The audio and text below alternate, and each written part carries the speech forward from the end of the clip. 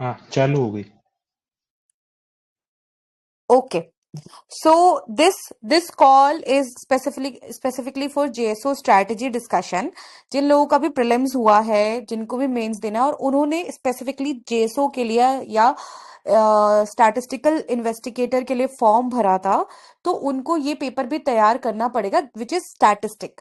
तो last year पुलकित sir है यहाँ पे, पुलकित सर हैज क्लियर्ड JSO का paper. He got more than 150 marks in a statistic paper. He will be discussing with you everything. Initially, he'll be telling you the syllabus, जो भी official syllabus में mentioned है कि आपको statistic के paper में क्या तैयार करके जाना है, आपको क्या ध्यान में रखना है उसको तैयार करते वक्त, क्या सिलेबस है, कहाँ से पढ़ना है, सब कुछ he'll be discussing. After the after he'll explain everything, then you can ask questions. and अगर आपको कुछ ना समझ में आया हो या अगर आपको कोई दिक्कत लग रही हो तो वो आप क्वेश्चन पूछ सकते हो, ठीक है? So I think it's over to. इसमें आप लोग ये मोस्टली कोशिश कीजिए जिनको भी जेएसओ या स्टैटिस्टिकल ऑफिसर का देना है वो लोग रहें, बाकी लोगों की मर्जी है, ठीक है? तो अब मेरे बिहाफ पे शुभम यहाँ पे है, वो इस चीज को मॉडरेट करेगा. पुलकित, आप अब माइक ऑन कर सकते हैं, स्क्रीन शेयर कर सकते हैं, एंड यू कैन स्टार्ट.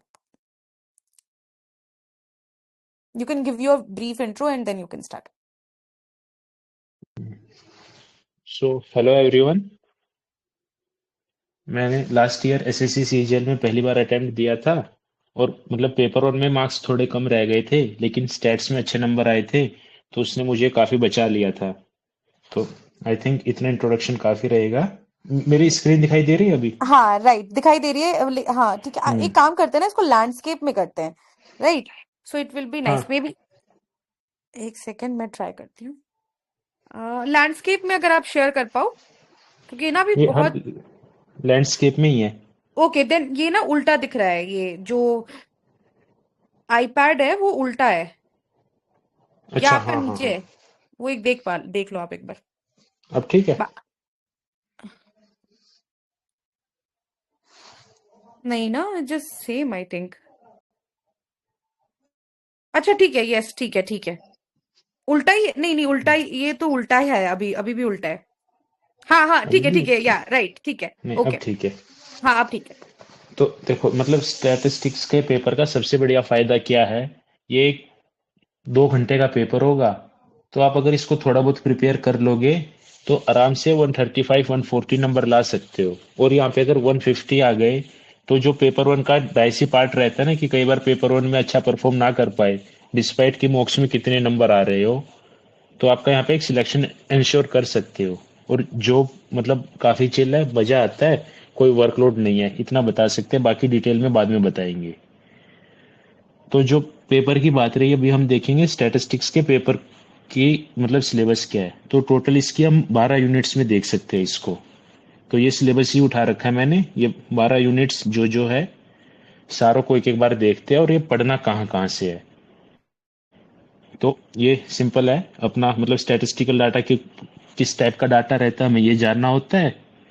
ये मेजर ऑफ सेंट्रल टेंडेंसी दूसरा टॉपिक, मेजर ऑफ डिस्पर्जन तीसरा टॉपिक, मतलब तो ये टोटल 12 जो टॉपिक है, आपको जिनको भी तैयारी करनी है सबसे पहले इन 12 टॉपिक्स को खुद से लिखना। कैसे? ये ऐसे मतलब पूरा है, एक बार आप लिख लोगे तो आपको आइडिया लग जाएगा कि हाँ आपको क्या क्या चीज़ें पढ़नी है। तो ऐसे आप लिख लोगे तो आपको सारा लगेगा आइडिया कि हाँ मेरे को मतलब जब ये कोरिलेशन एंड रिग्रेशन पढ़ूंगा तो स्कैटर डायग्राम के बारे में पढ़ना है, स्पीयरमैन्स रैंक कोरिलेशन पढ़ना है। ये क्यों? क्योंकि जो 200 मतलब 100 क्वेश्चन आएंगे ना, वो सारे के सारे एकदम यहाँ से टॉपिक से उठ के ही आते हैं, कुछ बाहर से नहीं जाता। तो इसके लिए अपना सोर्स भी अपने को एक ही रखना है, क्योंकि टाइम अपने पास 25 दिन है। तो एक ही सोर्स काफ़ी है, ब्लैक बुक। उसकी पीडीएफ वगैरह भी मतलब मिल जाती है, तो वो मैं शेयर कर दूंगा। कोमल आपको आगे फॉरवर्ड कर देंगे। और इसके अपने को अब ये करना कैसे है, तो अगर इसको अपन माने तो इसके अपने कुछ कुछ स्टेप्स है। सबसे पहले तो आप अपने को सारा सिलेबस देखना है, टॉपिक्स का पता लगाना है। उसके बाद जो ब्लैक बुक के पीडीएफ से अपने को चैप्टर को टारगेट करना है, एक दो चैप्टर पकड़ा, उसको पढ़ा, और उसके नोट्स बना लेने हैं। मतलब नोट्स छोटे छोटे बनेंगे, अपने नोट्स बनाए ताकि उनको रिवाइज कर पाए। और जब आपके 12 चैप्टर कंप्लीट हो जाएंगे, तो उन नोट्स की मदद के थ्रू आपको पीवाईक्यू सोल्व करना है। और मतलब पीवाईक्यू क्वेश्चन उठाओ, आप पढ़ो, आइडेंटिफाई करो किस यूनिट का क्वेश्चन है, उस क्वेश्चन के नोट्स में देखो और वहां से वो क्वेश्चन सोल्व करो। तो ये सब चीजें जो नोट्स बनाना और क्वेश्चन सोल्व करना, यहाँ तक कैसे करना है ये सब मैंने कर रखा है, वो भी मैं आगे शेयर कर दूंगा। तो ओवरऑल जो भी बच्चा भी मतलब स्टैट्स का पढ़ना चाहता है, जो ये कंटेंट प्रोवाइड करेंगे हम, तो इसकी मदद से आपको जो 15-20 दिन आप बहुत अच्छे से एफर्ट मार के चीजें इकट्ठा करने वाले थे, वो आपको मिल जाएगा। तो मैं क्या सजेस्ट करूंगा, आप लोग जिनको अभी करना है वो क्या करें, सिंपल पीडीएफ पढ़ना, जो नोट्स हम शेयर करेंगे उन नोट्स के थ्रू ब्लैक बुक को पढ़ लेना और थोड़ी प्रैक्टिस करना। हर एक चैप्टर को 2-2 3-3 घंटे दे दो डेली का, आपका 10 दिन में सारा सिलेबस कंप्लीट हो जाएगा। तो अब कौन सा चैप्टर कितना वेटेज रहता है वो भी अपन देखते हैं। टोटल ये मतलब सिलेबस को एक बार लिख लेना है यूं करके, ये 12 चैप्टर है टोटल। तो सबसे पहले जो अपना है कलेक्शन क्लासिफिकेशन प्रेजेंटेशन, यहाँ से ये पिछले साल का सारा है, एवरेज 5-6 क्वेश्चन आ जाते हैं सिलेबस। अब जैसे मैंने नोट्स में लिख रखा है, ये पीडीएफ है ना जो ब्लैक बुक की, ब्लैक बुक कह रहा हूँ, मैजिक बुक, उसमें 23 पेज है, मतलब 23 पेज की पीडीएफ है। आपको वो पीडीएफ पढ़नी है और मतलब सिंपल चीजें जो जो समझ आए उनको अपने वर्ड्स में लिख लेना है। आप बार बार पीडीएफ नहीं पढ़ पाओगे, लेकिन एक बार आप अपने वर्ड्स में लिख लोगे ना, तो आप बाद में ये पीडीएफ और नोट्स को मिला के पढ़ लोगे। जैसे ये कि मैंने ये पेज नंबर 4 to 9 है, कि ये वहां पे काफी कुछ कंटेंट था अच्छा, लेकिन मैंने वो सब लिख नहीं सकता था, बहुत टाइम लग जाता, तो मैंने यहाँ पे हिंट दे ली कि मैं एक बार उसको रीड कर लूंगा। तो जो चैप्टर 1 है अपना, collection classification and presentation of statistical data, ये मेनली टाइप ऑफ डाटा का रहता है। यहाँ से 6 क्वेश्चन आएंगे, थियोरेटिकल चैप्टर है, आराम से 2 घंटे में निपटा लोगे। मतलब इसमें आप a frequency distribution, histogram, ogive, step diagram क्या होता है, ये सब आपको समझ आ जाएगा। इसके बाद ये मतलब ये लाइन चार्ट, बाय डायग्राम, ये जो नोट्स है ये मैंने खुद से बना रखे हैं, तो ये भी हम शेयर कर देंगे।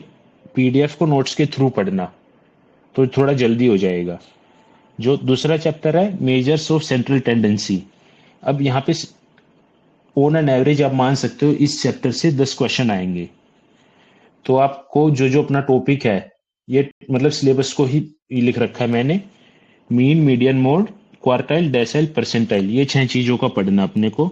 इसके 36 पेज की पीडीएफ है, तो आप वो पीडीएफ पढ़ना और ये सिंपल नोट्स मिल जाएंगे आपको। मतलब मेरे वाले नोट्स कॉपी पेस्ट मत करना या इनको प्रिंट मत कर लेना, अपने हाथ से लिखना, थोड़ा खुला खुला लिख लेना जैसा, ताकि आप वो बार बार पढ़ पाओ। 3-4 बार रिवाइज कर लोगे, नंबर आ जाएंगे। और ये वाला तो पेपर 1 में भी स्टैट्स में आ सकता है। तो ये सारा मतलब ज्योमेट्रिक मीन क्या होता है, हार्मोनिक मीन क्या होता है, ये मीन के अलग अलग फॉर्मूले रहते हैं, ये सब अपन स्टैट्स में पढ़ते हैं।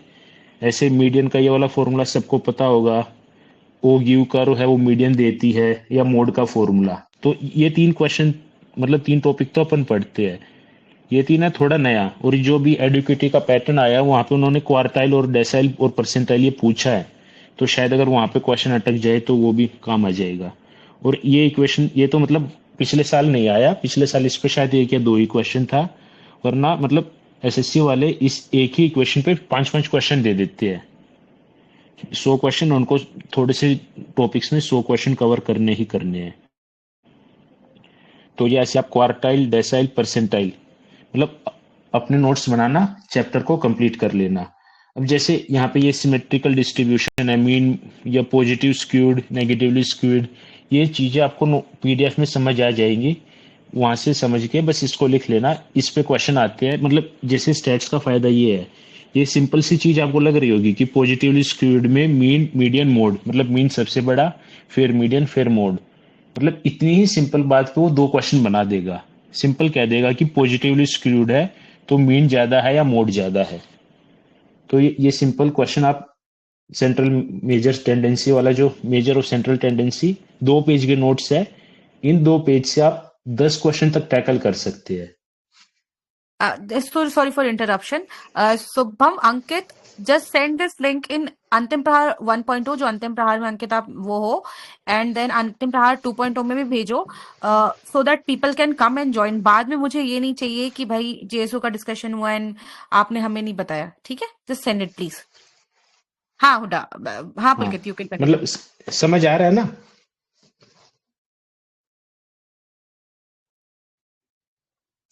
अगला टॉपिक अपना मेजर ऑफ डिस्पर्जन। तो अब इसमें भी ये range, quartile deviation, mean deviation, standard deviation, इन चार के आप थोड़े से फॉर्मूले बना लेना, लिखना।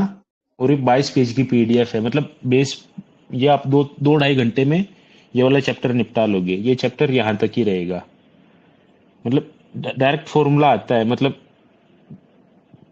कैसे, ये टर्म दे देंगे, या ये दे देंगे कि सम ऑफ स्क्वायर इतना है, नंबर ऑफ टर्म इतना है, ये स्टैंडर्ड डेविएशन निकालो। या क्वार्टाइल डेविएशन, ये भी शायद एडुकेटिव वाले पैटर्न में आया था ये वाला क्वेश्चन। उन्होंने क्वार्टाइल डेविएशन पूछ रखा था, Q3 माइनस Q1/2। और ये Q3 Q1 क्या है, ये आप पिछले इन चैप्टर में यहाँ पे पढ़ लोगे, तो वो पीडीएफ के थ्रू हो जाएगा। मतलब कुल मिला के है वो पीडीएफ है ना, एक एक चैप्टर आपको 10-10 क्वेश्चन देता रहेगा। इसके बाद जो अगला टॉपिक है, मोमेंट, स्क्यूनेस एंड कर्टोसिस, ये थोड़ा सा टफ चैप्टर रहेगा। तो कौन सा चैप्टर टफ है, कौन सा आसान है, इसके बेसिस पे अपन देखेंगे कैसे क्या करना है। चैप्टर टफ है, टेक्निकल है, 16 पेज की पीडीएफ है, लेकिन 12 क्वेश्चन तक आने की उम्मीद है यहाँ से। अब इसमें अपने को पढ़ना क्या होता है, ये मूवमेंट्स होता है। मतलब मूवमेंट्स अगर हम समझे तो क्या होता है, ये सिंपल एक ये फॉर्मूला है आरएथ मूवमेंट का। अब इसी आरएथ मूवमेंट को अलग अलग, मतलब फर्स्ट 0, 1, 2, 3, 4 जब आप पढ़ोगे समझ आ जाएगा। तो ये सिंपल फॉर्मूले की एप्लीकेशन पे पूरा चैप्टर और पूरा पूरा स्टैटिस्टिक्स यहीं पे है। मतलब ये आरएथ मूवमेंट आपने पहले देख रखा है, ये अपन स्टैंडर्ड डेविएशन वेरिएंस में देखते हैं। जब ये म्यू टू बोलते हैं, इसको म्यू बोलते हैं, mu two equal to sigma square, ये अपन वेरिएंस होता है। और इतना सिंपल क्वेश्चन आता है स्टैट्स में, ये पूछ लेते हैं कि जो सेकंड सेंट्रल मूवमेंट है वो क्या है, वेरिएंस है, स्टैंडर्ड डेविएशन है, क्वार्टाइल डेविएशन है, या और कुछ है। ये क्वेश्चन होता है। मतलब ये जो नोट्स आपको दिख रहे हैं, इन नोट्स की एक एक लाइन में आपको एक एक क्वेश्चन मिल जाएगा। तो मूवमेंट्स वाला थोड़ा टेक्निकल है, थोड़ा ध्यान से पढ़ना, यहाँ तक आपको समझ आ जाएगा। ये जो फॉर्मूले है ये आप मतलब बुक में देख लेना, वहां से समझ के। एक ये क्वेश्चन है, जैसे बीटा 1 सीधा पूछते हैं, मूवमेंट कोफिशिएंट ऑफ स्क्यूनेस, वहां पे आपको क्या करते हैं, म्यू 1, म्यू 2, म्यू 3, म्यू 4, ये चार टर्म दे देगा और बीटा 1 पूछ लेगा। तो आपको पता होगा कि ये क्या है, आप 15 सेकंड में कर लोगे क्वेश्चन। ये वाला टॉपिक थोड़ा टफ रहेगा, इसको राउंड 1 में स्किप कर लेना पढ़ते हुए, या समझ अगर मूवमेंट्स में कुछ चीजें समझना है ना तो घबराना नहीं है। एक बार सिलेबस कंप्लीट करके आएंगे, जब राउंड 2 में करेंगे अपन तो आराम से इसको समझ लेंगे। लेकिन जैसे ये वाला हो गया स्क्यूनेस है, जो अपना ये टॉपिक है, meaning of skewness and kurtosis, ये बड़ा आसान टॉपिक है, जो अपन ने पीछे भी देखा था। यहाँ से 2 क्वेश्चन आराम से अटकेंगे आपको, मतलब इतना सा है, यहाँ से 2 क्वेश्चन मिल जाएंगे आपको। जैसे यूं पूछ लेता है कि हमें ना कौन सा सेंट्रल मूवमेंट चाहिए स्क्यूनेस निकालने के लिए, ऑप्शन में होगा first and second, second and third, third and fourth, fourth and fifth. तो सीधा मतलब यहाँ से आपको 2 क्वेश्चन पक्का मिलेंगे पेपर में। ऐसे कर्टोसिस क्या होता है, अब आप पीडीएफ से पढ़ोगे और एक लाइन दो मतलब इतने से में अपने वर्ड्स में लिख लोगे, तो ये नोट्स होना ज्यादा जरूरी है, ये आपको हर चैप्टर के बनाने पड़ेंगे। फिर मेजर ऑफ स्क्यूनेस के ये कुछ कुछ कोफिशिएंट है, ये भी नोट्स में मैजिक बुक में दे रखा है। तो ये वाला जैसे एस के, ये तो अपना जो सिंपल वाला होता है वो है। ये कार्ल पियर्सन ये अब की बार आया था, मतलब ये स्टेनोग्राफर वाले पेपर में आ गया था। तो ये ऐसे बॉली मेजर्स, ये मतलब एसक्यू पूछ लेगा वो डायरेक्ट चीजें मीन देगा, मीडियन देगा, स्टैंडर्ड डेविएशन देगा और कह देगा कार्ल पियर्सन बता दो, या ये यूं कह देगा, जो लिख रखा है ना -3 to +3, ये एसके की रेंज होती है। तो ये रेंज पूछ लेता है, किसी की रेंज -1 से +1 होती है। तो ये छोटे छोटे नोट्स है, ये बनाने पड़ेंगे आपको। जो पहले 4 कोफिशिएंट है ये ज्यादा जरूरी है, बाद के 4 कम है। या क्वेश्चन सिंपल ये रहता है, जैसे एब्सोल्यूट मेजर ऑफ स्क्यूनेस क्या है, मीन और मोड का डिफरेंस है, मतलब ये सिंपल एक क्वेश्चन रहते। तो ऐसे नोट्स बना लेना और वो बुक पढ़ लेना। ऐसे ही एक मेजर ऑफ कर्टोसिस, ये टॉपिक थोड़ा टफ रहता है। तो वहां पे अपने को जैसे पीछे बीटा वन देखा था अपन ने, ये बीटा टू होता है, इसका ये सीधा फॉर्मूला है। तो आप मतलब स्टैट्स का जो ये वाला चैप्टर है, ये mainly moment skewness and kurtosis, ये फॉर्मूले वाला चैप्टर है। तो आपको ये फॉर्मूले लिखने पड़ेंगे और 2-3 बार पढ़ने पड़ेंगे। और एक ये डायग्राम है, इस डायग्राम से भी आप 2 क्वेश्चन तो पक्का एक्सपेक्ट कर सकते हो। मतलब लेप्टो क्यूरेटिक क्या है, मेजो क्यूरेटिक क्या है, प्लेटी क्यूरेटिक क्या है। वहां पे मेनली बीटा टू वाला ही क्वेश्चन ज्यादातर आता है। तो आप जब पीवाईक्यू करोगे, आपने ये डायग्राम बना के पढ़ के, थ्योरी पढ़ के समझ लोगे मैजिक बुक से। अगर ये समझ नहीं है तो यूट्यूब पे 1-2 वीडियो देख लेना, वहां से समझ आ जाएगा। और एक छोटे से नोट्स बना लो। अगर किस्मत इस बार भी ठीक रही ना, इतने इतने कंटेंट में से 4 क्वेश्चन तक आ सकते हैं, 3 तो पक्का आ जाएंगे।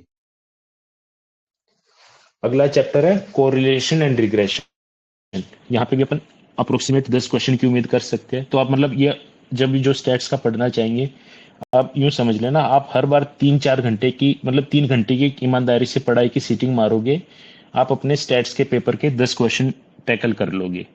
तो आप 12 चैप्टर है, मतलब 10 बार सीटिंग मार लो, 10 दिन आप 4-4 घंटे पढ़ लो, आपका 100 में से 70 क्वेश्चन होने लायक काम हो जाएगा आराम से, 70 ठीक होने लायक।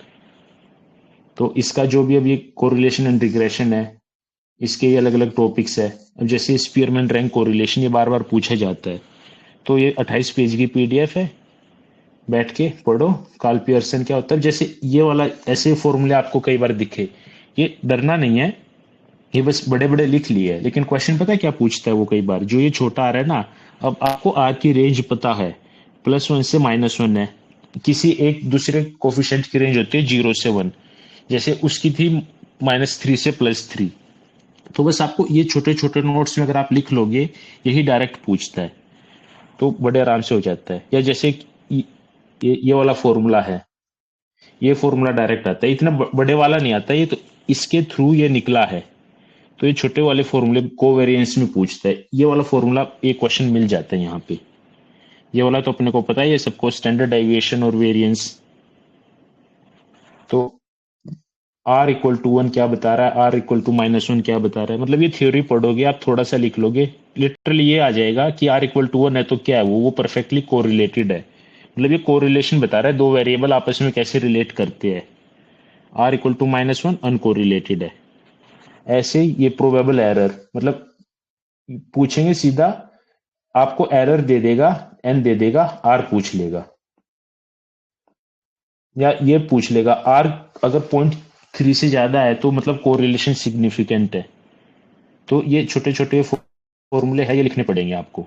लेकिन फायदा क्या है, ज्यादा नहीं है, 2 पेज है, दो नहीं मतलब 3-4 पेज है ये कोरिलेशन एंड रिग्रेशन का।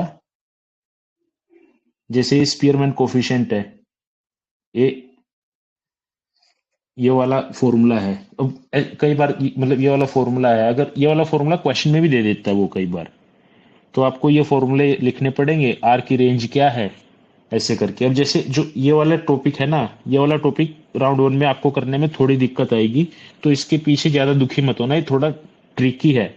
अगर इसको मतलब मेन अपना ये सेशन का ये भी एम है कि जो स्टार्टिंग में ना कई बार बच्चे क्या करेंगे, स्टैट्स का पढ़ते हुए ऐसे ऐसे टॉपिक में घुस जाएंगे जो उनको बहुत ज्यादा टफ लगेंगे, और फिर लगेगा यार क्यों यहाँ पे टाइम वेस्ट कर रहा हूँ, यहाँ पे कुछ हो नहीं रहा, अपना पेपर 1 का पढ़ते हैं। तो ये वाला टॉपिक राउंड 1 मतलब पढ़ना भी समझ आए ना, छोड़ देना, एक ये फॉर्मूला लिख लेना, किस्मत बढ़िया रही तो सीधा ये फॉर्मूला ही पूछ लेगा। या जब बाकी चीजें समझ आ जाए तो ये वाला जब पढ़ना, यहाँ पे दिमाग नहीं लगाना, बस ये जरूर पढ़ लेना। ऐसे रिग्रेशन है, लीनियर रिग्रेशन। अब जैसे लीनियर रिग्रेशन में यहाँ पे दिक्कतें होंगी, लेकिन आपको ये समझ लेना है ये क्या है।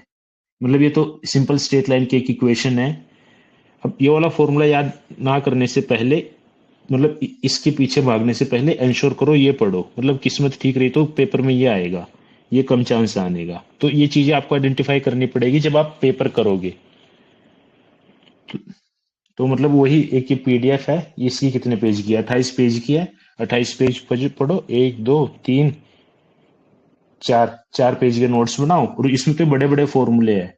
मतलब ये वाला तो मतलब फॉर्मूला और एक एप्लीकेशन है, और ये थ्योरी है। मतलब नोट्स को हमने अच्छे से डिवाइड कर रखा है तो 4 पेज के नोट्स बना लो, 28 पेज पढ़ लो, जितना समझ आए 10 में से आप 6 क्वेश्चन कर ले जाओगे। क्यों अपने को यहाँ पे आइडेंटिफाई करना है, ये वाला पार्ट स्किप करना है, मतलब ये नहीं आएगा समझ में। सोच लो कि मैं रट लूंगा कर लूंगा, नहीं होगा। तो ये अपने हो गई टोटल 5 यूनिट। अगली छठी यूनिट है प्रोबेबिलिटी थ्योरी। ये 7वीं यूनिट है random variable and probability distribution. अब ये थोड़ा सा मतलब ऐसा है कि तीनों चैप्टर अपने को एक साथ करने पड़ेंगे, और मैजिक बुक में भी इन्होंने एक ही साथ पीडीएफ में दे रखे हैं। 45 पेज है, लेकिन यहाँ पे देखो ना 45 पेज आप पढ़ोगे तो आप 20 क्वेश्चन कर ले जाओगे, 20 क्वेश्चन आराम से आएंगे। ये सारे टॉपिक्स है जो सिलेबस के अंदर ही है। मीनिंग ऑफ ये वाले टॉपिक तो अपन जो स्टैट्स वाले हैं मतलब पेपर 1 के लिए स्टैटिस्टिक्स में पढ़ते ही है। ये थोड़ा सा टेक्निकल है, तो मतलब आप पढ़ोगे तो आराम से, मतलब पीएनसी पता आपको क्या है, रैंडम एक्सपेरिमेंट क्या होता है, ये थोड़ा थ्योरी लिख रखी है। अगर जिसको प्रोबेबिलिटी पढ़ रखा है वो समझ जाएगा। ये फॉर्मूले सिंपल सिंपल है, कंडीशनल प्रोबेबिलिटी और बेस थ्योरम है, मतलब कुछ नहीं है। ये थ्योरी पढ़ लोगे आप, ये वाला आराम से हो जाएगा। मेन दिक्कत आएगी यहाँ पे प्रोबेबिलिटी डिस्ट्रीब्यूशन फंक्शन। अगर आपको ये समझ आ गया, मतलब यहाँ पे डिफरेंशिएशन और इंटीग्रेशन, बस आपको एक कोई भी फंक्शन दे रखा होगा उसको इंटीग्रेट करना आना चाहिए, तो ये करना आ जाएगा तो आप समझ जाओगे। तो ये थोड़ा सा मुश्किल रहेगा लेकिन हो जाएगा। मतलब ये जब आप थ्योरी पढ़ोगे तब आएगा समझ में आपको। ये expectation of R random variable, variance of random variable, मतलब ये जो है ना ये चीजें, ये नोट्स बना रखे हैं, ये बुक से ही ऐसे आपको बनाने पड़ेंगे सिलेबस के अकॉर्डिंग। ये देखो इन्होंने expectation and variance of random variable syllabus का पार्ट था, तो अपना क्या किया मैंने, छोटे से नोट्स बना लिए कि ये थ्योरी पता लग गई, इतने में क्वेश्चन हो जाएगा। तो आप पढ़ोगे, वो जैसे क्या होता है, एक्सपेक्टेशन पूछ लेता है तो वो कहेगा कि सारे टर्म्स को इससे मल्टीप्लाई कर दिया, तो एक्सपेक्टेशन तो इससे मल्टीप्लाई होगी, लेकिन जो वेरिएंस है वो ए स्क्वायर से मल्टीप्लाई होगा। तो मतलब कई बार क्वेश्चन यूं आता है डायरेक्ट कि एक सीरीज है उसका वेरिएंस ये था, अब सारी टर्म्स उसकी 3 से मल्टीप्लाई कर दी, तो नया वेरिएंस क्या होगा, वो 9 से मल्टीप्लाई हो जाएगा। और एक ये कोफिशिएंट ऑफ वेरिएशन क्या होगा, ये क्वेश्चन पक्का है, एक क्वेश्चन तो आएगा ही आएगा, 2 बार भी पूछ लेगा। मतलब क्योंकि थोड़े से चैप्टर में 100 क्वेश्चन पूछने एसएससी को, तो टॉपिक रिपीट करते रहते हैं, तो ये पढ़ना। अब जैसे higher order movements of RV या joint probability distribution function, density function, ये थोड़ा सा मुश्किल है, लेकिन हो सके तो जब आप मूवमेंट्स वाला पढ़ोगे तो ये फॉर्मूले लिखना और इनको याद करने की ट्राई करना, डायरेक्ट आ जाता है। मतलब 2-3 टर्म दे देंगे बाकी पूछ लेते हैं। ऐसे ही जॉइंट प्रोबेबिलिटी डेंसिटी फंक्शन, ये पक्के यहाँ से 2-3 क्वेश्चन निकलते हैं। यहाँ पे क्या करते हैं, फंक्शन का एफ एक्स दे देगा, वो बताया ना, इसको बस आपको इंटीग्रेट करना है। जैसे यूं दे दिया एक्सन है तो इंटीग्रेशन इसका आता है, तो ये क्वेश्चन देखोगे जब आप पी वाई क्यू, वहां से समझ आ जाएगा। तो बस अपने को ये पता लगना है कि जब जॉइंट प्रोबेबिलिटी डेंसिटी फंक्शन देगा तो उसका 2 बार इंटीग्रेशन करेंगे। तो ये सब चीजें कर लेनी है अपने, मतलब ये क्वेश्चन पढ़ोगे इतने नोट्स बनेंगे आपके, बस पढ़ लेना। और आसान, मतलब अपना मेन यहाँ पे काम क्या रहेगा पेपर में, स्टैट्स में जो जो बेसिक चीज है ना अपन वो पढ़ लेंगे, और जो आसान और डुएबल क्वेश्चन है ना उनको आराम से निकाल लेंगे। अगर इतना भी कर लोगे आप 150 नंबर तक ले आओगे। मतलब वो टफ वाले क्वेश्चन के पीछे नहीं जाएंगे, 3-3 घंटे हर रोज का देंगे, एक एक चैप्टर निपटा लेंगे। अब जैसे एक ये वाला टॉपिक है बायनोमियल डिस्ट्रीब्यूशन, पॉइजन डिस्ट्रीब्यूशन, ये पढ़ोगे, थोड़ा सा टेक्निकल है। मतलब ये वाला तो पढ़ते हैं अपन पेपर 1 के लिए भी, लेकिन यहाँ पे क्या होता है, मतलब वो क्या कह देते हैं, बायनोमियल डिस्ट्रीब्यूशन फंक्शन देके सीधा पूछ लेगा कि इसका वेरिएंस क्या है। अगर आपने एन टर्म जो फंक्शन के अंदर एन पी और क्यू पहचान लिया तो आप वेरिएंस सीधा निकाल दोगे। तो ये वाला अपन इस सीक्वेंस में आएंगे, जब ये अपन बायनोमियल डिस्ट्रीब्यूशन स्टैट्स का किस सीक्वेंस में पढ़ा है वो लास्ट में अभी बताऊंगा मैं, तो उसके हिसाब से आप ये वाला थोड़ा बाद में पढ़ेंगे अपन। लेकिन इसके नोट्स बना लोगे ना, 2 क्वेश्चन यहाँ से निकलेंगे। ऐसे पॉइजन डिस्ट्रीब्यूशन, ये थोड़ा छोटा है, मतलब पॉइजन डिस्ट्रीब्यूशन का ये आपको आइडेंटिफाई कर लेना है। ये आइडेंटिफाई करके कई बार तो ये कह देंगे मीन है, मतलब क्वेश्चन यही था, उसने ये कह दिया कि लैम्डा 5 है तो मीन बताओ क्या है, और ऑप्शन भी यूं थे 1 2 3 4 5, तो कोई तुक्का भी मारेगा 5 मार देगा। और ये पीवाईक्यू है तो बहुत फ्री के नंबर मिलने वाले हैं अगर आपको सिलेबस के अकॉर्डिंग बस बेसिक चीजें पता है तो। ऐसे नॉर्मल डिस्ट्रीब्यूशन है और ये एक्सपोनेंशियल डिस्ट्रीब्यूशन है। मतलब आपको नोट्स बनाने पड़ेंगे थोड़े से कि एक्सपोनेंशियल ये पूछ लेगा कि मेमोरी लेस डिस्ट्रीब्यूशन कौन सी है, 4 का नाम दे देगा, एक्सपोनेंशियल बता दो। ये बाकी 3 डिस्ट्रीब्यूशन है, ये थोड़ा कम आती है, तो मतलब डिस्ट्रीब्यूशन अपन थोड़ा बाद में पढ़ेंगे, वो अपन सीक्वेंस देख लेंगे, लेकिन एक बार पढ़ लोगे तो हो जाएगा। ऐसे ये एक टॉपिक है रो मूवमेंट्स, मतलब ये थोड़ा टेक्निकल हो जाता है, लेकिन ये बाद का पार्ट है। यहाँ पे वो जो 150 से प्लस वाला रेंज के लिए रहता है।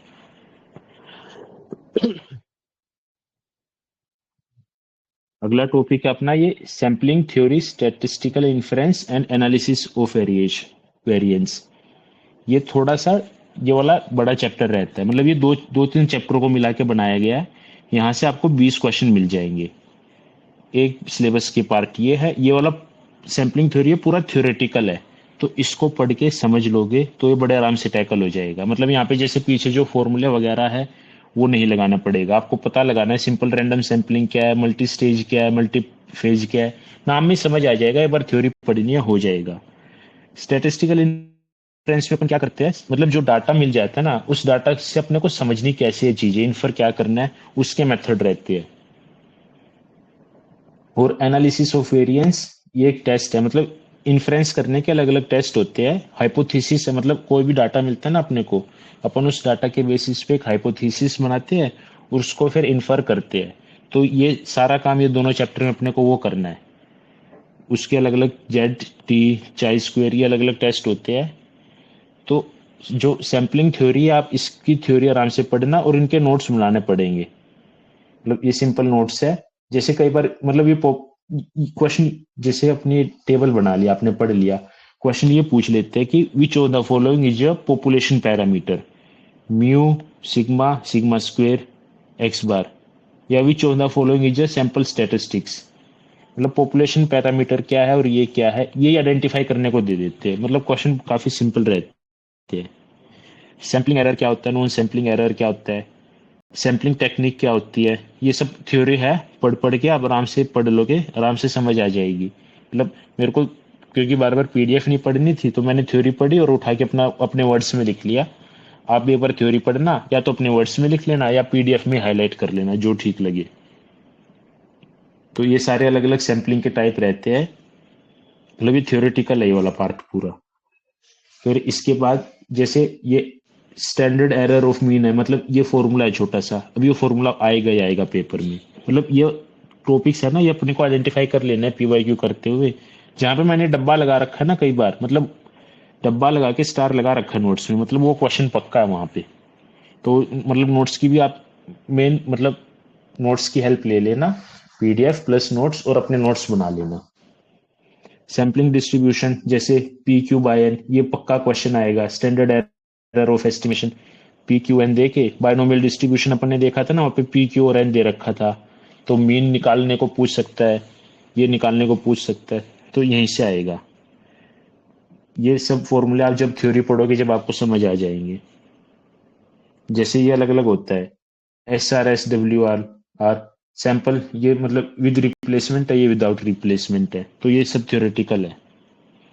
ये अलग अलग टर्म है, कई बार इस टर्म की फुल फॉर्म पूछ लेते हैं।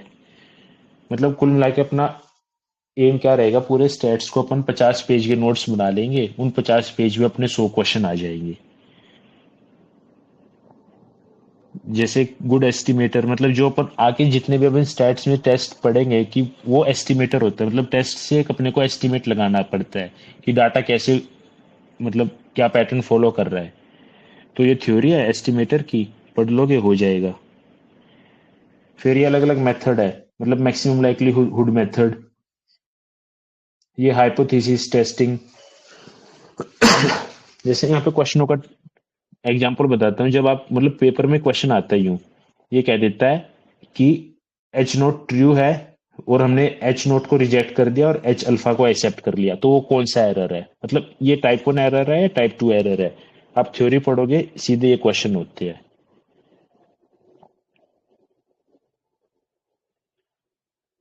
ये वाला थोड़ा सा ट्रिकी पार्ट रहेगा। ये अलग अलग जो 4 टेस्ट अपन को सिलेबस में लिख रखे हैं, अगर आप ये भी पढ़ लोगे और ये समझ आ गया तो इतने में भी क्वेश्चन हो जाएगा। मतलब टी स्क्वायर क्या है, जेड स्क्वायर क्या है, मतलब T test, F test, Z test और जाई स्क्वायर टेस्ट। तो ये 4 टाइप के टेस्ट है। इन चारों टेस्टों को अच्छे से डिटेल में पढ़ेंगे। कौन कौन से मतलब किसने कौन सा टेस्ट इन्वेंट किया था, कौन सा टेस्ट किस सैंपल साइज पे लगता है, कौन सा टेस्ट पैरामेट्रिक है, नॉन पैरामेट्रिक है। मतलब क्वेश्चन यही आता है, which of the following is a non parametric test. 4 नाम दे देगा, बता दो जाई स्क्वायर है, नॉन पैरामेट्रिक। या इनमें से कौन सा टेस्ट आर ए फिशर ने डेवलप नहीं किया था। जाई स्क्वायर है, जेड टेस्ट है, एक एनोवा टेस्ट है और एक टी टेस्ट लिख देगा। टी टेस्ट इसका है, 3 बाकी आर ए फिशर के है। मतलब थ्योरी पूछता है बहुत सिंपल सिंपल। ये गुडनेस टेस्ट कौन सा होता है, या कौन से टेस्ट में क्या पता लगता है, ये सब अपने को सिंपल नोट्स बना लेने। जैसे ये हो गया जेड टेस्ट। अब जेड टेस्ट को अपन पीडीएफ से पढ़ेंगे और यहाँ से उसको थोड़ा नोट्स में कन्वर्ट कर लेंगे। अब और कुछ ना हो ये जो है, ये वाला, ये एरर मार्जिन, ये पक्का फॉर्मूला, मतलब वो स्टार लगा रखा है मैंने, जो पक्का आता है पेपर में। एरर मार्जिन के ज्यादा चांस रहते हैं। बाकी ये चीज अपन ने पीछे देखी है। तो आप मतलब फिशर जेड टेस्ट पीडीएफ से पढ़ो, 1 पेज के नोट्स बनाओ, बार बार नोट्स पढ़ो, पीडीएफ की जरूरत नहीं पड़ेगी। ये किसके लिए होता है, लार्ज सैंपल टेस्ट एंड जब मतलब नंबर मोर देन 30 हो, तो इन टेस्टों के आपको नोट्स बनाने पड़ेंगे। एक एक टेस्ट को बनाने में आपको 25 मिनट लग जाएंगे, तो आप 3 घंटे में ये वाला चैप्टर निपटा सकते हैं। और इसके आपने नोट्स बना लिए तो 7-8 क्वेश्चन यहाँ से आपके पक्के हो जाएंगे।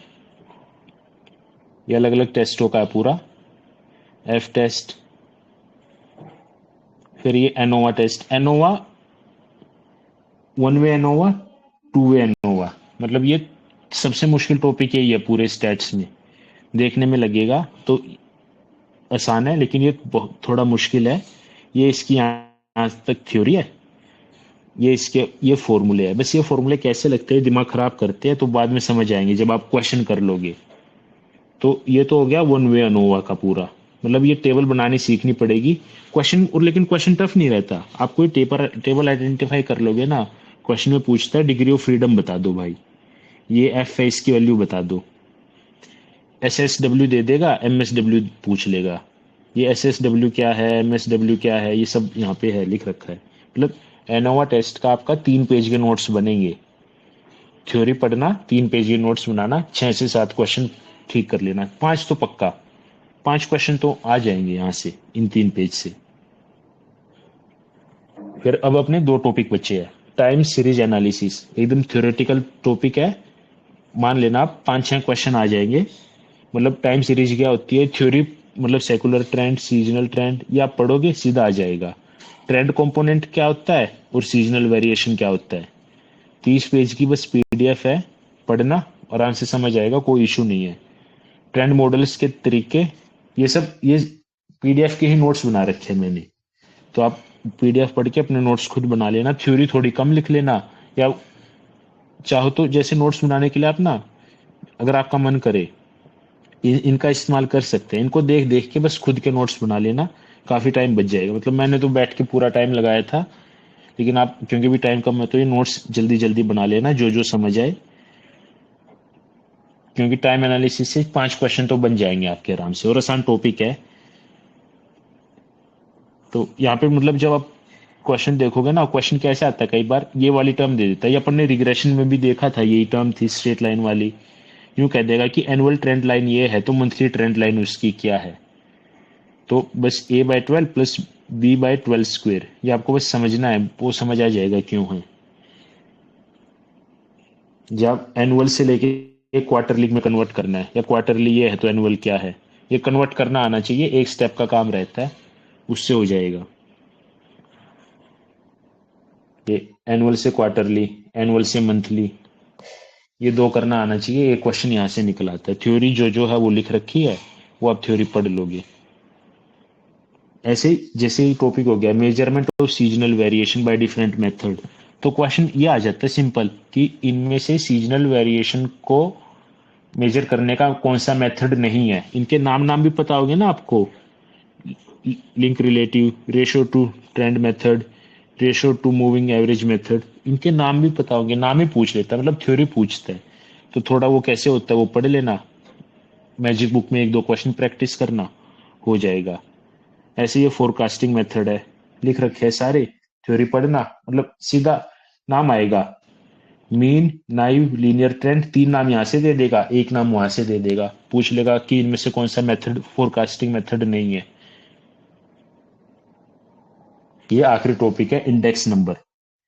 ये भी 6-7 क्वेश्चन आप यहाँ से एक्सपेक्ट कर सकते हो। मतलब इंडेक्स नंबर क्या होते हैं, उस पे क्या क्या टेस्ट लगते हैं, इवन TRT FRT ये इनकी फुल फॉर्म तक पूछ लेते हैं कई बार। मतलब क्वेश्चन बहुत सिंपल आएगा। मतलब TRT कौन कौन इंडेक्स सेटिस्फाई करता है, FRT कौन कौन इंडेक्स सेटिस्फाई करता है। तो इंडेक्स के आप एक दो, मतलब बेस शिफ्टिंग कन्वर्जन, ये सर्कुलर टेस्ट कौन कौन सेटिस्फाई करता है, सर्कुलर टेस्ट क्या है ये समझ आ जाएगा। मतलब ये भी पूछ, मतलब सर्कुलर टेस्ट देके ना ये आपको तीन टर्म दे दे, मतलब दो टर्म दे देगा और कह देगा कि तीसरी टर्म क्या होगी जिससे ये सर्कुलर टेस्ट सेटिस्फाई हो जाए। तो दो को मल्टीप्लाई करके आप, मतलब वो आप इसमें डाल के कर लोगे आराम से। तो ये थोड़ा सा थ्योरेटिकल है, ये पढ़ना पड़ेगा। और इसके ना ये 4-5 इंडेक्स मेथड होते हैं, ये वाला मेथड, ये वाला मेथड, ये थोड़ा पढ़ लेना कैसे क्या निकालते हैं। एक प्रेजेंट का टर्म लेना होता है, एक पास्ट का टर्म लेना होता है। मतलब ये वाला काम रहता है जो अपन GS में पढ़ते हैं ना, CPI, मतलब CPI कैसे कैलकुलेट होता है, GDP कैसे कैलकुलेट होता है, तो वो इसके बेसिस पे रहता है। मतलब यहाँ से वो समझ आता है। और क्योंकि डिपार्टमेंट का काम ही स्टैट्स वाला है तो ये चीजें रहती है। ये 4-5 इंडेक्स है, फिशर आइडल टेस्ट है, बता देगा। जैसे L दे देगा, P दे देगा, पूछ लेगा F क्या है। तो अगर किसी को ना भी पता हो तो कोई तुक्का मार लेगा, मान लो L 6 दे दिया, P 8 दे दिया, तो L निकालने लग जाएंगे, मतलब वो हो जाता है। तो ये सिंपल है, ये पढ़ने पड़ेंगे, इनके नोट्स बनाने पड़ेंगे। तो एक दो तीन चार पाँच, 5 पेज के नोट्स बनाओगे आप, 6 क्वेश्चन कर ले जाओगे। एक दो तीन चार पाँच छः, 6 पेज के नोट्स बनाओगे आप, 6 क्वेश्चन। और ये क्योंकि थ्योरेटिकल है तो अगर आप मान लो 12-13 पेज के नोट्स बना लोगे आप, 10 क्वेश्चन पक्का कर लोगे आराम से। और 10-10 क्वेश्चन के सेट में चलना है। तो स्टैट्स में अपन मतलब 10-10 क्वेश्चन का टारगेट करके चलेंगे।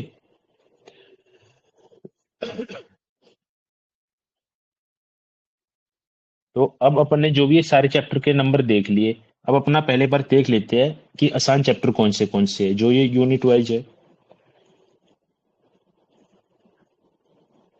जो अपन ने ये सारी यूनिट्स पढ़ी है, 1 से लेके 7, 8 से लेके 12, ये इसके अकॉर्डिंग मैंने ये लिख रखा है। तो देखो 1 2 3 और 11 12 ये काफी आसान है, 6 8 मीडियम है, 4 5 7 9 10 ये डिफिकल्ट है। ठीक है। तो अपने को, अगर अपन स्टेट्स को ना 4 सेट्स में डिवाइड कर लेंगे, अपन ट्राई करेंगे 4 सेट क्या क्या है। 1 2 3 4 5, मतलब इसके आप 13 से 15 पेज के नोट्स बनाओगे, 40 क्वेश्चन निकाल लोगे यहाँ से। 6 7 8 पेज के नोट्स बनेंगे, 20 क्वेश्चन निकलेंगे। 8 9 10 16 पेज के नोट्स बनेंगे, 20 क्वेश्चन निकलेंगे। 11 12 11 पेज के नोट्स निकले बनेंगे, 15 क्वेश्चन निकलेंगे। तो जिसको भी अगर अपन स्टैट्स एकदम कम टाइम में करना है कि बस भाई मेरे को तो काम, मतलब यूं है पेपर 1 में मैं बढ़िया नंबर ले आऊंगा, लेकिन गलती से पेपर 1 बिगड़ जाए, किसी का भी बिगड़ सकता है, तो पेपर 2 एक अपने को बैकअप दे पाए, तो आप ये 4 सेट में चलो। पहले तो 1 2 3 4 5, पहले ये पांचों चैप्टर करो, 13 पेज है, नोट्स बना लो, 40 क्वेश्चन यहाँ पे पक्के हो जाएंगे। फिर 11 12 करना, क्योंकि 11 12 देखो मैं पहले क्यों बता रहा हूँ, क्योंकि ये पूरा थ्योरेटिकल है, आप पढ़ के ना एक बार समझ जाओगे, और अगर ये समझ आ गया तो यहाँ से क्वेश्चन पक्का ठीक हो जाएगा। फिर 6 7, फिर 8 9 10। अब क्योंकि 4 5 पहले अपन इसलिए करने को कह रहा हूँ क्योंकि 2 2 पेज के नोट्स बनेंगे और 6 6 7 7 क्वेश्चन हो जाएंगे। तो इस सीक्वेंस में कर लेना। अब अपने हिसाब से दिन के 3 4 घंटे दे लो, 10 दिन में सिलेबस कंप्लीट हो जाएगा, और उसके नोट्स बना लो। तो अपने को करना क्या है, अपन जब आपके वो नोट्स बन जाएंगे, जैसे ये मैंने स्कैन करके रखे है, तो ये सब मिला के 55 है, मतलब सिलेबस मिला के, मतलब 50 पेज के नोट्स है ये करीब करीब। तो आप 50 पेज के नोट्स बना लो, और फिर पीवाईक्यू खोल लो। ये जैसे 2023 वाला पेपर है, मतलब मैंने चैनल पे शेयर कर रखा है, तो पेपर का सॉल्यूशन करो आप। मतलब एक सैंपल के लिए मैंने करके डाल दिया, पिछली बार ये मैंने खुद ही किया था, उससे बेटर समझ आया। तो आप क्वेश्चन देखो, उसको सोल्व करो, सिंपल ये फॉर्मूला दे दिया, और आइडेंटिफाई करो वो कहाँ से है। मतलब इतना लिखने की जरूरत नहीं है आपको। 50 पेज के नोट्स में अपना नोट्स को बार बार पलटते रहना, करते रहना। क्वार्टरली एवरेज है, ये टर्म दे दी है, ये SIQ2, ये पीछे फॉर्मूला वो कर लिया। जैसे वो बताया था ना, नेगेटिवली स्क्यूड डिस्ट्रीब्यूशन, यही पूछ रखा है। नेगेटिवली स्क्यूड डिस्ट्रीब्यूशन में क्या होता है, मीन मोड से कम, वो दे देगा 4 टर्म, तो आपको ये पता है, और यही आंसर है। सैम्पलिंग टेक्निक क्या है, जो अपने वो थ्योरी पढ़ी थी यूनिट 8 के करीब, तो ये अलग अलग टाइप हो गया। मीन दे दिया, मीडियन दे दिया, कोफिशिएंट ऑफ स्क्यूनेस दे दिया, एस के पूछ लिया, एस की वैल्यू। मतलब ये सिंपल फॉर्मूला है, यूनिट 4 का क्वेश्चन है। कोरिलेशन कोफिशिएंट, मतलब यही क्वेश्चन था, आपको पता हो, मतलब दिख जाएगा सीधा। जो पॉइजन डिस्ट्रीब्यूशन का बताया, जो अपने डिस्ट्रीब्यूशन वाला पढ़ा था। अब जो डिस्ट्रीब्यूशन वाला, जो 7, 8, 7वां चैप्टर, जो ये छठा, 7वां और ये 8वां, 9वां, 10वां, ये थोड़ा लेट करेंगे अपन, ये थोड़ा टफ रहता है। तो ऐसे मैंने मतलब ये 2023 का पेपर पूरा सोल्व करके डाल रखा है, जितना मेरे को समझ आया था। तो आप अपने 50 पेज के नोट्स बना लो और एक पेपर ये सोल्व कर लो। मतलब इतना काम करके दे दिया है, ये आप काम कर लेना, इतने में आपका नंबर आ जाएगा। और फिर 2 पेपर खुद और सोल्व कर लिए तो 150 नंबर कहीं नहीं गए। तो मतलब इतना ही था मेरा तो बताने का। आपको कुछ पूछना हो तो आप पूछ लीजिए।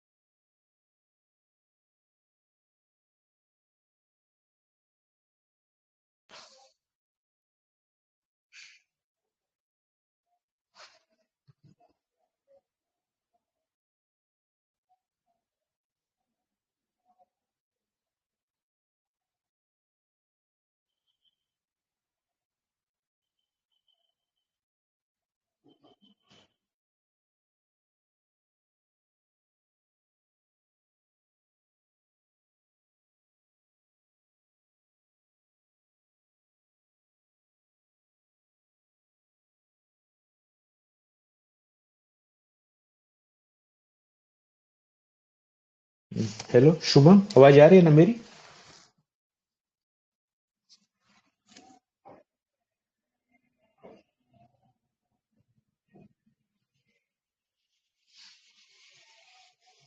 हाँ आ रही है आपकी आवाज। हाँ, तो मतलब मेन में जो बताना था वो बता ही दिया है, क्योंकि ज्यादा नहीं है, थोड़ा ही पढ़ना है इसका। बाकी पेपर उनका हाँ तो टारगेट अभी आप करेंगे अपन। डाउट्स अगर क्लियर कर दोगे तो सही रहेगा। हाँ हाँ, जो भी मतलब जितना समझ आए, किसी को भी डाउट हो तो पूछ लो।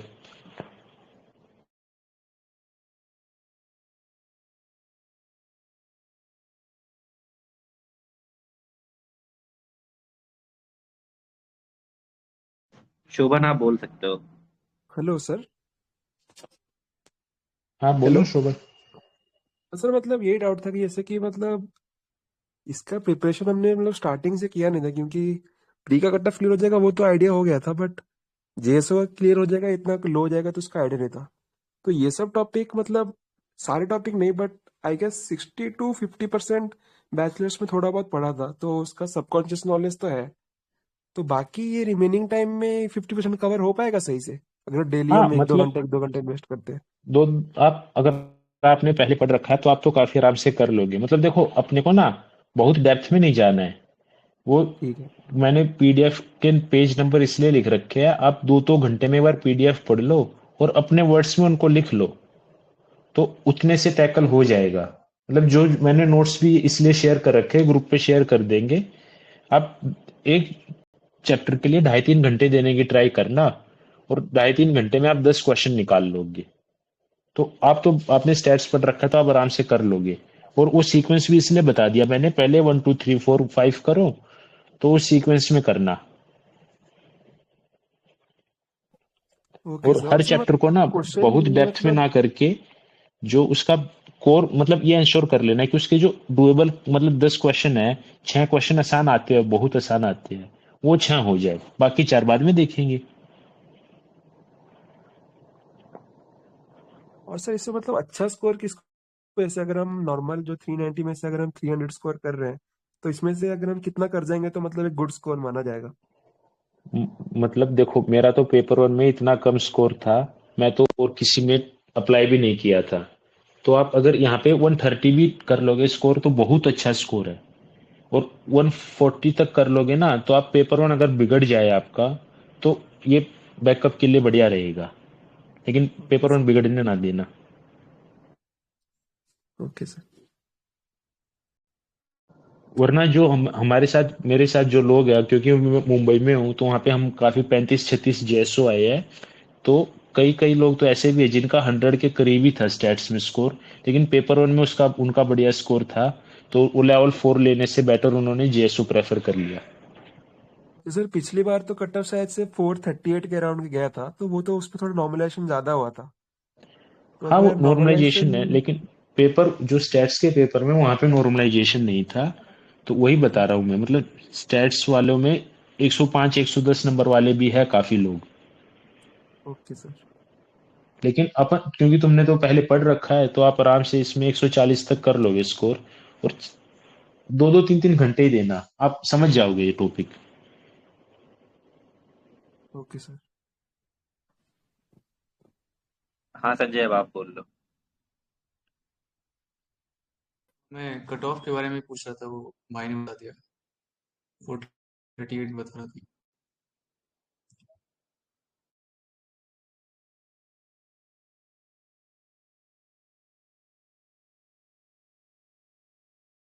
संजय, आपकी आवाज नहीं आई। हेलो। हाँ, अभी हेलो। बोलो। कट ऑफ के बारे में ही पूछ रहा था कि कितना कट ऑफ था पिछली बार। मैंने बताया था 438 है, बस यही था। आदर्श, अब आप बोल लो। सर जैसे ये मेरा सेकंड अटेम्प्ट है, तो मुझे मतलब ये लग रहा है कि भी मुझे आइडिया भी नहीं था कि मतलब इस बार ये जो इसका क्राइटेरिया है वो चेंज हो जाएगा। अभी मैंने बीएससी किया है, तो अब एक लास्ट के मतलब 30 दिन बचे हुए हैं, तो इसमें मुझे मतलब इसके लिए प्रिपेयर करना चाहिए कि नहीं करना चाहिए, मुझे डाउट हो रहा है कि क्योंकि कहीं इसके चक्कर में और जो प्रिपरेशन है एक भी पोस्ट ना मिले, वो वेस्ट ना हो जाए, डाउट आ रहा नहीं, अगर तुम्हारा मतलब ये ऐसे वाले में क्लियर हुआ है ना? है। सर तीनों में क्लियर हुआ है। हाँ, तीनों में है ना, तो भाई थोड़ा प्रिपेयर कर लो। मतलब ब्लैक बुक, मतलब तुमने मैजिक बुक देखी है स्टैट्स की? सर डाउनलोड कर लिया है, बट अभी हाँ मतलब देखा नहीं है। हाँ, नहीं तो मैं मतलब जो मैंने ना, मतलब जो स्टैट्स की मैजिक बुक है उसको अलग 12 7 सेगमेंट में तोड़ रखा है, चैप्टर वाइज। तो वो चैप्टर वाइज डाउनलोड कर लेना, और स्टार्टिंग मतलब चैप्टरों को थोड़ा थोड़ा पढ़ लो। मतलब इतना पढ़ लो कि वहां से आसान क्वेश्चन हो जाए। मतलब 120 125 तक का टारगेट रख सकते हो तुम यहाँ पे।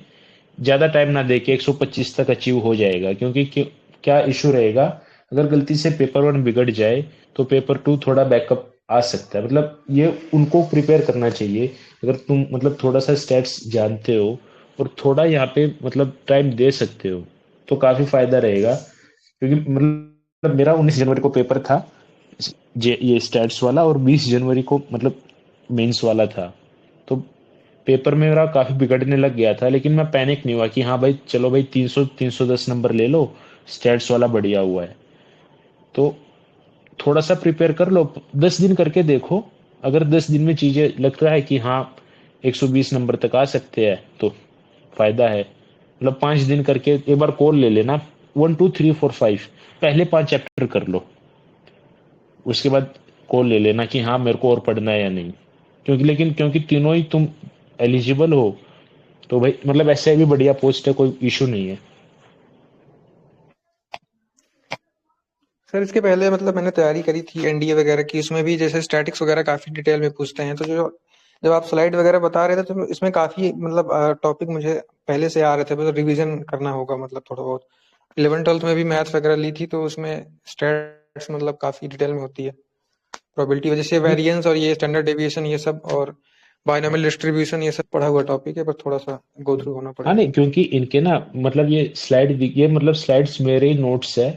ये दिखाने का मेन कारण यही था कि आप थोड़े से नोट्स बना लो और इन नोट्स के थ्रू सिर्फ पीवाईक्यू देखो। मतलब पीवाईक्यू बहुत सिंपल आता है। अगर आपने कार्ल पियर्सन वाला फॉर्मूला लिख रखा है या स्टैंडर्ड एरर कितना होता है आपको ये पता है, pq/√n है, मतलब वो छोटे छोटे फॉर्मूले पता है, तो डायरेक्ट क्वेश्चन आते हैं। और यहाँ पे ना टाइम लिमिट के कोई इशू नहीं रहते। 2 घंटे का पेपर होता है, तो आपको यूं भी नहीं कि यार अभी अब मैं इतना थ्योरी पढ़ूं फिर इसका मॉक लगाऊं। मॉक लगाने की भी जरूरत नहीं है, सिर्फ पीवाईक्यू करो और ये अपने नोट्स बना लो। मतलब 3-3 घंटे दे लो, 5 दिन आपके 5 चैप्टर निपट जाएंगे। तो उसके बाद देख लेना, क्योंकि आपने वो 5 चैप्टर निपटाए, 40 क्वेश्चन यहाँ पे पक्के हो जाएंगे।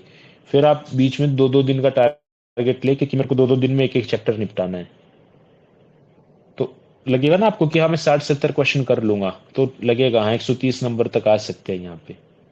तो पेपर 1 में अगर कुछ ट्रेजिडी होती है तो उसको बचा लेगा, क्योंकि कंपटीशन काफी ज्यादा है और बहुत लोग दे रहे हैं पेपर भाई। सर जैसे इसमें क्या कहते हैं कि सेक्शन जो अभी ओरिजिनल वाला पेपर है इसमें 390 में से मतलब कितना आए और इधर एवरेज नंबर आके काम चल जाए मतलब 390 में से अगर नॉर्मलाइजेशन ना लगे तो पिछली बार जैसे अगर पेपर रहेगा तो आप 315-320 ले लोगे। मतलब यूं तो उम्मीद कर रहे हैं कि वहां पे 300 नंबर तो लेने पड़ेंगे आपको कम से कम पेपर 1 में।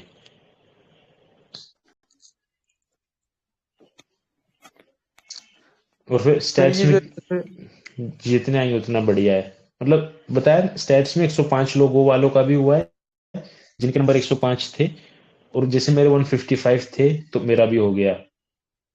लेकिन मेरा पेपर 1 में काफी थोड़ा ज्यादा ही गंदा हो गया था स्कोर।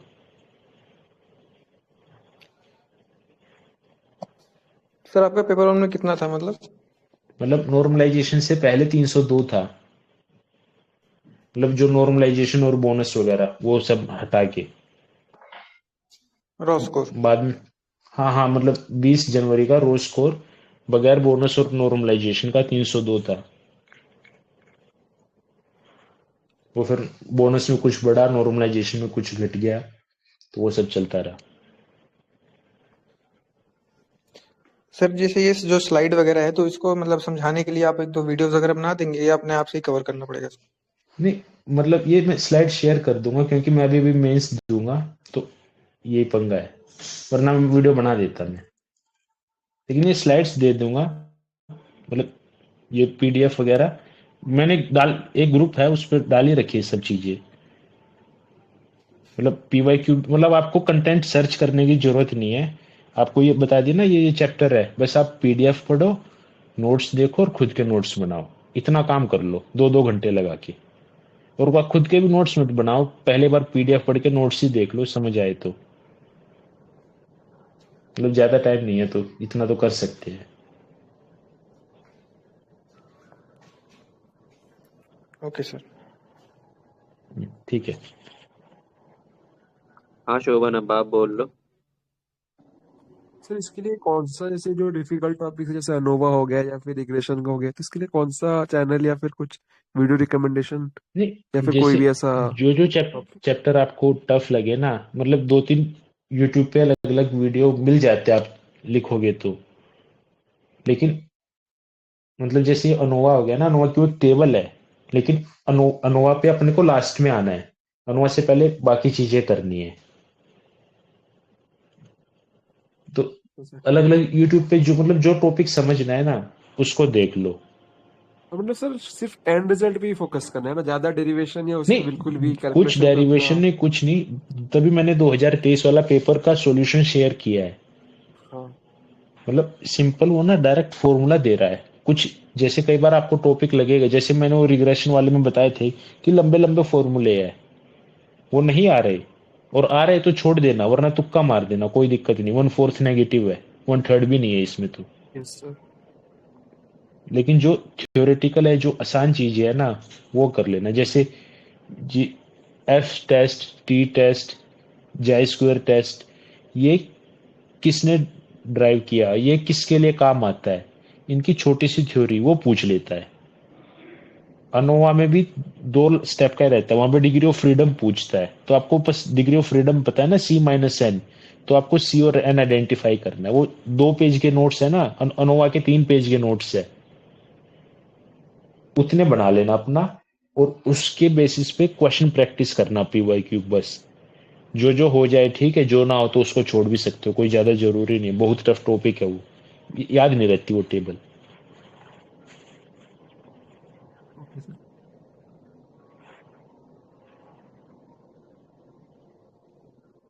आई थिंक बाकी तो और कोई नहीं है। हाँ चला।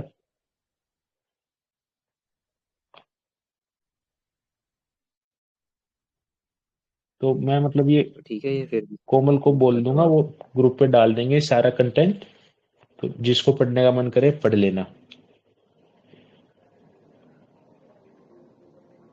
ठीक है शुभम। अच्छा, के हाँ हाँ। कृष्णकांत।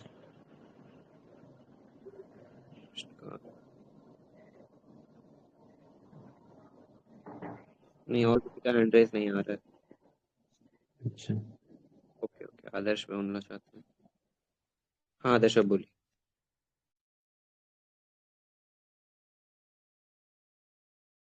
आपका माइक ऑफ है आदर्श।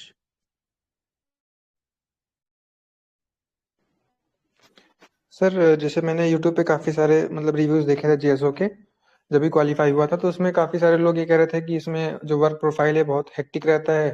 तो मतलब इससे बेटर कई सारे लोग कहते हैं कि टीए का वो है, इसमें मतलब अगर आप आगे मेंस देना चाहते हो तो आपको काफी टाइम मिल जाता है। तो उस रिगार्डिंग मतलब आपका क्या कहना है? मतलब देखो, ये वर्क प्रोफाइल हेक्टिक बिल्कुल नहीं है।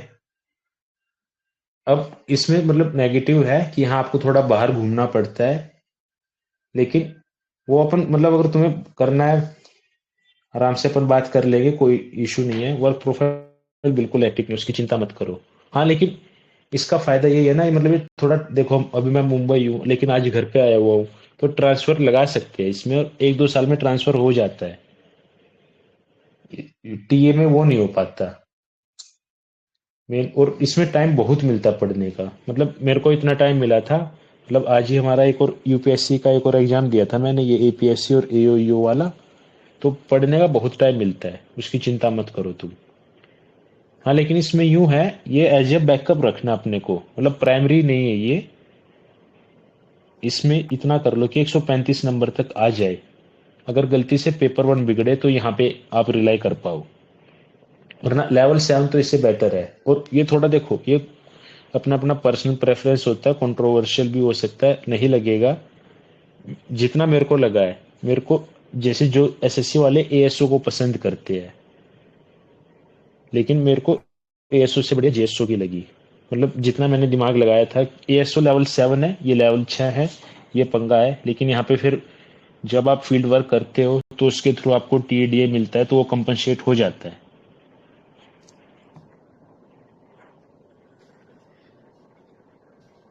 लेकिन प्राइम मेन ये नहीं है, मेन है पेपर 1 बढ़िया करना, इसका बस एज ए बैकअप रखो अभी। अगर जरूरत पड़ी तो अपन इसको डिस्कस कर लेंगे बाद में, वरना पेपर 1 को फोड़ो, वो ज्यादा जरूरी है। सर जैसे इसमें तुक्का वगैरह भी मार सकते हैं क्या? मतलब कितना स्कोप है 1/4, क्योंकि आप कह रहे हैं नेगेटिव मार्किंग है तो। हाँ मैं तो कह रहा हूँ मारो, मैं तो 100 के 100 करके आया था भाई, छोड़ते नहीं है। मतलब तुमने पढ़ लिया तो मार दो, क्योंकि 1/4 नेगेटिव का क्या मतलब, 1/3 में थोड़ा ट्रिकी आ जाता है।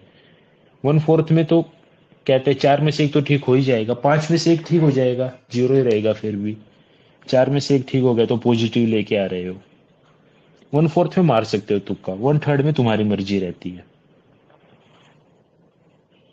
और 1/4 में सर ना एक तुम्हें डाउट और था ऑप्शन कि दिखेगा, तुक्के मारने लायक दिखेंगे ऑप्शन पेपर में, और 2 घंटे है तो तुक्के मारने का टाइम भी बहुत मिलेगा, दिमाग लगा लगा के मारना। सर जैसे एक डाउट ये था कि अगर इसमें सिर्फ PYQ कर लें, जैसे जो 3-4 साल के हुए हैं और इसके सोल्यूशन समझ के मतलब बढ़िया से, तो क्या उसमें से भी मतलब 100 क्वेश्चन 100 में से अप्रॉक्स 60 के अप्रॉक्स नहीं हो जाने चाहिए? हाँ हाँ, मतलब सिर्फ पीवाईक्यू से भी हो जाएंगे, लेकिन पीवाईक्यू के भी जब आप सॉल्यूशन देखने जाओगे ना, वो क्या रहेगा, आप 40-50 के बाद ना आपको जो थ्योरी वाली चीजें है, जो आप जब थ्योरी पढ़ोगे ना, ये टाइम वाला हो गया, इंडेक्स नंबर हो गया, या जो ये अलग अलग टॉपिक है, स्क्यूनेस क्या है, जैसे उस कुर्टोसिस का एक छोटा सा डायग्राम बनाया है, तो उस डायग्राम में हर साल आपको 2 क्वेश्चन दिख जाएंगे। तो जो ये नोट्स है ना 2-2 पेज के, 2 पेज के अंदर ही, कह रहा हूं ना मैं, 2 पेज के अंदर ही आपको 6-7 क्वेश्चन मिल जाएंगे। तो ये पीवाईक्यूज ही है, मतलब मैंने भी पीवाईक्यू को इनमें ऐड कर लिया था। Okay sir.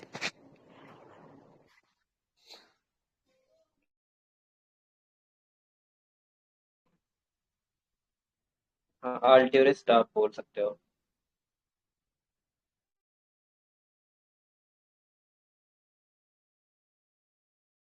नहीं नहीं, मेरा कोई डाउट नहीं है। Okay okay.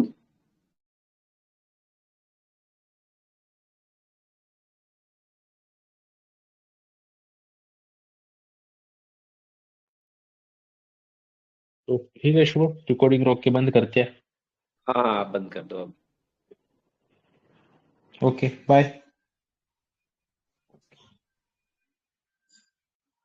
Thank you sir.